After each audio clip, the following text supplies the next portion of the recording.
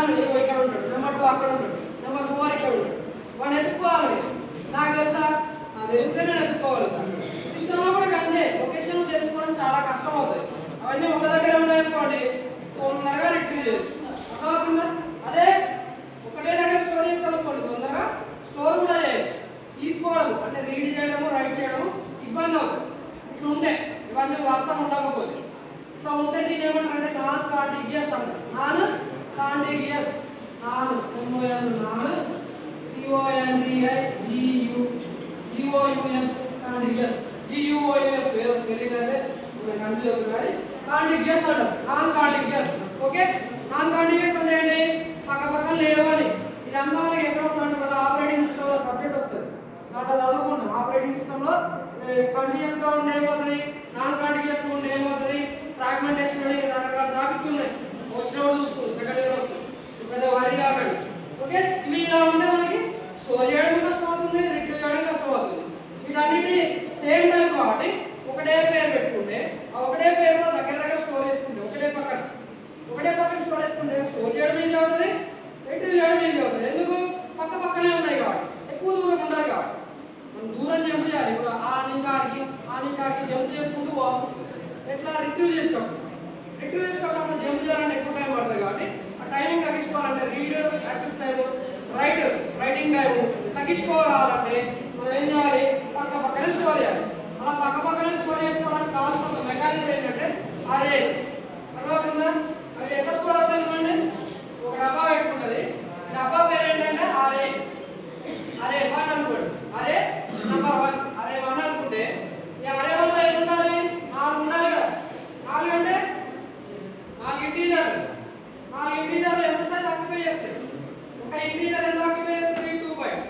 మరి 4 ఇంటీజర్స్ ఉంటే 8 బైట్స్ ఉంటాయి. అంటే 8 డబ్బాలు ఉంటాయి. 1 2 3 అంటే 2 3 4 5 6 7 1 2 3 4 5 6 7 8 డబ్బాలు. సో ఈ 8 డబ్బాలు ఒక్కొక్కటి 2 డబ్బాలు తీసుకుంటారు. ఈ ఫస్ట్ రెండు దేనికి? స్మాల్ లెటర్ ఏ అనేది. ఈ నెక్స్ట్ రెండు దేనికి? బి. ఈ నెక్స్ట్ రెండు దేనికి? సి. ఈ నెక్స్ట్ రెండు దేనికి? డి. ఇట్లా తీసుకుంటారు. అర్థమవుతుందా? దీని పేరేంటి?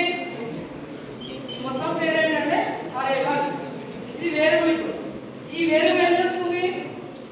8 బైట్స్ ఆక్యుపై చేస్తుంది. ఆ 8 బైట్స్ లో 4 ఇంటీజర్స్ స్టోర్ అవుతుంది. అర్థమవుతుందా లేదా? 8 బైట్స్ కానీ 4 స్టోర్ అవుతున్నాయి. ఎందుకు స్టోర్ అవుతున్నాయి? ఒక్కొక్క ఇంటీజర్ 2 బాక్సులు తీసుకుంటుంది. ఒక బాక్స్ లో ఒక బైట్, ఇంకో బాక్స్ లో ఇంకో బైట్. ఇది 4 ఉంటాయి. మరి 8 ఉంటే దీని సైజ్ ఎంత ఉంటుంది? 16. 8 2 16 ఉంటుంది. అంతేనా? సో ఈ 2 బాక్స్ లో ఏముంటాయి? ఈ 2 బాక్స్ లో ఏ ఉంటుంది, ఈ 2 బాక్స్ లో ఏముంటది? బి ఉంటుంది. ఈ 2 బాక్స్ లో ఏముంటది? సి ఉంటుంది. ఈ 2 బాక్స్ లో ఏముంటది? డి ఉంటుంది. అంటే డి అంటే డి లో ఉండే వాల్యూ ఉంటుంది. సో ప్రజెంట్ అయితే దాని పేరు ఏంటంటే అరే. ఆ అరేలో ఏమేమి ఉన్నాయి? 4 ఎలిమెంట్స్ ఉన్నాయి. వీటిని ఏమంటారు? ఎలిమెంట్స్ అంటారు. అరేలో స్టోర్ చేసినప్పుడు ఇక్కడేమో వేరియబుల్స్, ఇక్కడికి వచ్చినప్పుడు ఏమవుతాయి? ఎలిమెంట్స్ అవుతాయి. అరే ఎలిమెంట్స్ అవుతాయి. సో అరే ఎలిమెంట్స్ అన్ని కాంటిగ్యూస్ గా స్టోర్ అవుతాయి. పక్క పక్కనే స్టోర్ అవుతాయి. అయితే అవి సేమ్ టైప్ ఉండాలి. మళ్ళీ ఒక దగ్గర ఇంటీజర్ ఏ ఉంది, ఇక్కడ క్యారెక్టర్ ఉంటుంది, ఇక్కడ ఏమో ఫ్లోట్ ఉంటుంది, ఇక్కడ డబుల్ ఉంటుంది అంటే అది కరెక్ట్ గా సేమ్ ఉండాలి. అర్థమవుతుందా? అలా డిఫరెంట్ స్టోర్ చేసుకోవడానికి కూడా మనకు ఉంది ఒక మెకానిజం. అది మనకి 6th చాప్టర్ లో వస్తుంది. స్ట్రక్చర్ అని ఒక పేరు ఉంది. స్ట్రక్చర్ అరేలాగే స్ట్రక్చర్ ఉంటుంది. స్ట్రక్చర్ ఏం చేస్తుంది? నాన్ హోమోజీనియస్ ఎలిమెంట్స్ స్టోర్ చేస్తుంది ఒకటే దగ్గర అండర్ సేమ్ ఇప్పుడు ఈ 4 ఎలిమెంట్స్ ఒకటే దగ్గర స్టోర్ అయ్యాయి. ఆ స్టోర్ అయిన వాటి పేరు ఏంటి? అరే 1. ఇప్పుడు అరే 1 లో ఉన్న ఫస్ట్ ఎలిమెంట్ రావాలి అంటే ఎట్లా తీసుకోవాలా, సెకండ్ ఎలిమెంట్ ఎట్లా తీసుకోవాలా, థర్డ్ ఎలిమెంట్ ఎట్లా తీసుకోవాలా, ఫోర్త్ ఎలిమెంట్ ఎట్లా తీసుకోవాలా, దీని ఏమంటారంటే యాక్సెసింగ్ ఆఫ్ ఎలిమెంట్స్ ఫ్రమ్ అరే అంటారు. ఎట్లా తీసుకోవాలంటే రీడ్ చేయడం ఎట్లా, రీడింగ్ ఎలిమెంట్స్ ఫ్రమ్ అరే is nothing but accessing elements from అరే. అర్థమవుతుందా? స్టోరింగ్ ఎలిమెంట్స్ ఇన్ ద అరే is nothing but defining values of అరే ఎలిమెంట్స్. అర్థమవుతుందా? నేను స్టోర్ చేస్తేనేమో డిఫైనింగ్ ఎలిమెంట్స్ ఫర్ అరే వాల్యూస్ అంటారు, అరే ఎలిమెంట్స్ అంటారు. ఓకే, రీడ్ చేయడానికి ఏమంటారు? యాక్సెసింగ్ ది ఎలిమెంట్స్ ఫ్రమ్ అరే అంటారు. మీకు అదే టాపిక్ ఉంది. నెక్స్ట్ ప్రజెంట్ అయితే వాట్ ఈజ్ అరే, డిఫైన్ అరే. మరి ఈ అరేలో ఎన్ని రకాలు ఉన్నాయి? ఒకటే రకం ఉంటుంది, పేరు పెట్టుకోండి. ఏంటది? 1 dimensional array, 2 dimensional array, 3 dimensional array. First ఏంటి 1D array, 1 dimensional array. మీరు రాసేటప్పుడు ఎగ్జామ్ లో 1D array అని రాస్తారు. అట్లా రాయదు, బాగా రాయండి. 1 dimensional array ఇట్లా రాయండి. ఇప్పుడు మీకు తెలుసు అని వాడికి తెలవాలి. ఎవరికి విద్యార్థులు మేము కాబట్టి మాకు తెలవాలి. మీరు 1D అని రాస్తారు అనుకోండి, 1 dimensional array అని రాస్తే బెటర్. 1D అని రాస్తారు చాలా మంది. 1D రాస్తారు, 2D రాస్తారు, 3D రాస్తారు, అట్లా రాయచ్చు.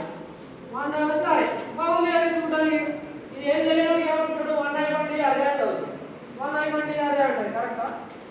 చదువుకునేటప్పుడు ఏమి ఉండాలి 1 dimensional array ఇంకా రాయాలి. నెక్స్ట్ టైప్ ఏంటి 2 dimensional array, 2D array రాస్తారు. దీన్ని ఏమనాలి 2 dimensional array ఇంకా రాయాలి. 2 dimensional ఇంకా next 3 multi-dimensional array, multi-dimensional array, multi-dimensional array. ఇక్కడ మనకి other than 1 dimensional array nothing but multi-dimensional array.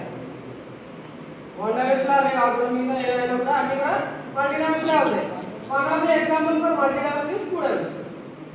More than one ఉంటే దాన్ని ఏమంటారు అబ్బాయి multi-dimensional array అంటారు. అంతే more than one ఉండాలి. మరి 1D అంటారు, 2D అంటారు, 3D అంటారు. మేము రన్నింగ్ చేసినప్పుడు 1D 2D రన్స్ సార్ అనుకుంటారు. అదేం లేదు, ఎన్ని డైమెన్షన్లో స్టోర్ అవుతుంది. ఒకటే లైన్లో స్టోర్ అవుతున్నాయా, రోలో స్టోర్ అవుతుందా, కాలంలో స్టోర్ అవుతుందా, రోస్ కాలంలో స్టోర్ అవుతున్నాయా అనే దాన్ని బట్టి ఆ 1D 2D 3D ఇట్లా పేరు పెట్టి అంతే, ఏం లేదు. ఓకేనా? మనకి మీకు తెలుసు ఇప్పుడు ఇలా చెప్పింది ఏంటి, ఇట్లా రాస్తే దీన్ని ఏమన్నారా, ఇట్లా రాసిందని ఏమంటారు రో. రో కాదు, ఒక రో లాగుంది, ఒక రో లాగుంది, ఒక రో లాగానే ఉంది. చూడండి ఒకటే రోలో అందరు మీరు ఇప్పుడు కూర్చున్నారు, ఇట్లా కూర్చున్నారు. కూర్చున్న వాళ్ళు ఏమంటారు ఒక రోలో కూర్చున్నారు అంటారు. అంతేనా కాదు, ఆ ఎలిమెంట్స్ కూడా ఒకటే రోలో ఉన్నాయి. ఇలాంటి రోలో ఎన్ని కాలమ్స్ ఉన్నాయి 1 2 3 4 5 కాలమ్స్ ఉన్నాయి. మీరు మ్యాట్రిక్స్ లో రాసినప్పుడు దీన్ని ఎట్లా రాస్తారు? మ్యాట్రిక్స్ లో రోస్ బై కాలమ్స్ రాస్తారు, గుర్తుందా లేదా? మ్యాట్రిక్స్ ఫస్ట్ సెమిస్టర్ రాయకుండా మ్యాట్రిక్స్ లో మ్యాట్రిక్స్ ఏ తీసుకుంటే రోస్ బై కాలమ్స్ m/n అంటారు. అవునా కదా? m అనేది ఏం చెప్తుంది, నెంబర్ ఆఫ్ రోస్ ఎన్నో చెప్తుంది. n ఏం చెప్తుంది, నెంబర్ ఆఫ్ కాలమ్స్ ఎన్నో చెప్తుంది. అవునా కదా? ఇప్పుడు దీంట్లో ఒకవేళ ఒక రో కాకుండా మల్టిపుల్ రోస్ వచ్చినాయి అనుకోండి, అప్పుడు దట్ బికమ్స్ ఏమవుతుంది 2 dimensional array. ఎందుకు అవుతుంది చూడండి, ఒక రో కాకుండా 2 రోస్ ఉన్నాయని చెప్తున్నా. 2 రోస్ ఉన్నాయి, 2 రోస్ వచ్చాయి. ఇది రో 1, ఇది రో 2, ఇది రో 1, ఇది రో 2 అయితే రో 1 లో ఎన్ని కాలమ్స్ ఉన్నాయి చూడండి, 2 కాలమ్స్ ఉన్నాయి. అంటే దీన్ని ఏమనాలి, ఈ కాలమ్ 1 2 కాదు, ఫస్ట్ కాలమ్ లో ఎన్ని ఎలిమెంట్స్ ఉన్నాయి, ఫస్ట్ కాలమ్ ఇది కాలమ్ 1 అనుకుంటే కాలమ్ 1 లో ఎన్ని ఎలిమెంట్స్ ఉన్నాయి 1 2. రో 1 లో ఎన్ని ఎలిమెంట్స్ ఉన్నాయి 1 2 3 4 5. అంటే 5 కాలమ్స్ ఉన్నాయని చెప్పొచ్చు కాలమ్ ఉంటుంది, లేదా 5 ఎలిమెంట్స్ ఇన్ రో 1 అని చెప్పొచ్చు. రో 2 లో ఏమున్నాయి 1 2 3 4 5 5 ఉన్నాయి. అంటే 5 కాలమ్స్ ఉన్నాయని చెప్పొచ్చు. 5 కాలమ్స్ లేదా ఎన్ని 5 ఎలిమెంట్స్ అని చెప్పొచ్చు. 5 ఎలిమెంట్స్. రోస్ మాత్రం 2 రోస్ ఉన్నాయి. కాలమ్స్ ఎన్ని ఉన్నాయి 1 2 3 4 5 5 కాలమ్స్ ఉన్నాయి. మరి వీటిని ఇట్లా ఉన్నాయని చెప్తే 2 ఉన్నాయి కాబట్టి మోర్ దెన్ 1 ఉన్నాయి కాబట్టి ఇప్పుడు 2 ఉన్నాయి కదా, రో 1 రో 2 మోర్ దెన్ 1 ఉన్నాయి. మోర్ దెన్ 1 అంటే కదా, ఒకటే ఉంటే ఒకటే అని చెప్తారు. మోర్ దెన్ 1 అంటే అదర్ దెన్ 1 అంటే 1 2 2 3 నుంచి స్టార్ట్ అవుతాయి. అంటే స్టార్ట్ అయితే దాన్ని ఏమంటారు మల్టీ-డైమెన్షనల్ అంటారు. సింపుల్. ఓకే, 2 డైమెన్షనల్ ఏముంటాయి 2 ఉంటాయి. అంటే రోస్ కాలమ్స్ మాత్రమే ఉంటాయి. రోస్ కాలమ్సే ఉంటాయి, రోస్ కాలమ్స్ ఉంటాయి. మరి దీంట్లో మల్టీ-డైమెన్షనల్ ఏముంటాయి మోర్ దెన్ 1 ఉంటాయి. రోస్ కాలమ్స్ ఇంకా వేరే వేరే ఇక్కడ ఉంటాయి. అంటే ఏమొస్తాయి డైమెన్షన్ సింపుల్ గా ఇక్కడ m/n రాస్తారు కదా, m/n వల్ల ఇక్కడ ఏమొస్తుంది m/n/p లేదా m/n/p q ఇట్లా పెరుగుకుంటూ పోతుంది. వీటిని రిప్రజెంట్ చేయాలంటే కొంచెం కష్టం అవుతుంది. ఇది మామూలుగా ఒక సెల్, ఇండివిజువల్ సెల్. ఈ సెల్ లో కూడా 1 dimensional array ఎట్లా ఉంటుంది, 1 dimensional array అంటే ఇట్లా రాయాలి. ఎన్ని ఉన్నాయి ఎలిమెంట్స్ 4 ఉన్నాయి. 4 కదా, 1 2 3 4 ఇట్లా రాస్తాం. మరి దీంట్లో 2 dimensional array ఎట్లా ఉంటుంది అంటే 2 dimensional array ఎట్లా ఉంటుంది అంటే ఒక్కో దాంట్లో మళ్ళీ ఒక రో ఉంటుంది, ఒక్కో దాంట్లో ఇంకొక రో. దీంట్లో ఒక రో, దీంట్లో ఒక రో, దీంట్లో ఒక రో, దీంట్లో ఒక రో. బాక్స్, ఈ బాక్స్ లో బాక్స్, ఈ బాక్స్ లో బాక్స్, ఈ బాక్స్ లో బాక్స్, ఇట్లా బాక్స్ లో బాక్స్ వచ్చాయి. ఇది 2 అయిపోయింది. 3 అంటే ఏమవుతుంది అన్నమాట, ఇప్పుడు దీంట్లో మళ్ళా ఒక బాక్స్, దీంట్లో బాక్స్, దీంట్లో బాక్స్, దీంట్లో బాక్స్ అంతే కదే. ఇది రిప్రజెంట్ చేయాలంటే ఎట్లా రిప్రజెంట్ చేయాలి, ఏం చేయాలి నెక్స్ట్ టాపిక్స్ లో వస్తే అట్లా చెప్తాను. ఇది 1 డైమెన్షనల్ కి, ఇది 1 డైమెన్షనల్ కి ఎగ్జాంపుల్, ఇది 2 డైమెన్షనల్ కి ఎగ్జాంపుల్, ఇది 3 డైమెన్షనల్ లేదా మల్టీ డైమెన్షనల్ కి ఎగ్జాంపుల్. ఓకే, ఇవన్నీ వల్ల వచ్చినప్పుడు మీకు ఎట్లా ఏంటి ఎగ్జాంపుల్స్ ఉంటే వాటితో పాటు చెప్తాను. Present introduction. Okay, only introduction. అరే అంటే ఏంటి, అరే టైప్స్ ఏంటి, వాటికి ఇక్కడ డయాగ్రామ్స్ ఉంటాయి, వాటిలో రోస్ అంటే ఏంటి, కాలమ్స్ అంటే ఏంటో చెప్పిన. రో అంటే హారిజాంటల్ ఉన్నాయండి రోస్, కాలమ్స్ ఎక్కడ ఉంటాయి వర్టికల్ ఉన్నాయండి కాలమ్స్ ఉంటాయి. 1 డైమెన్షనల్ అరేలో ఓన్లీ రో ఉంటుంది, ఒకటే రో ఉంటుంది అంతేనా కదా, ఒక రో ఉంటుంది, ఆ రోలో మనకు కాలమ్స్ కూడా ఉంటాయి కానీ ఒకటే రో ఉంటుంది, అది గుర్తుపెట్టుకోవాలి. ఒక రో ఉంటే దాన్ని ఏమనాలి 1 డైమెన్షనల్ అరే అంట. అర్థమవుతుందా, ఒకటే రో ఉండాలి. రో లేకపోతే మల్టిపుల్ రోస్ వచ్చినాయనుకోండి అదేమైతే 2 డైమెన్షనల్ అయిపోతుంది. ఓకే, దాని తర్వాత ఏముంది మల్టీ డైమెన్షనల్.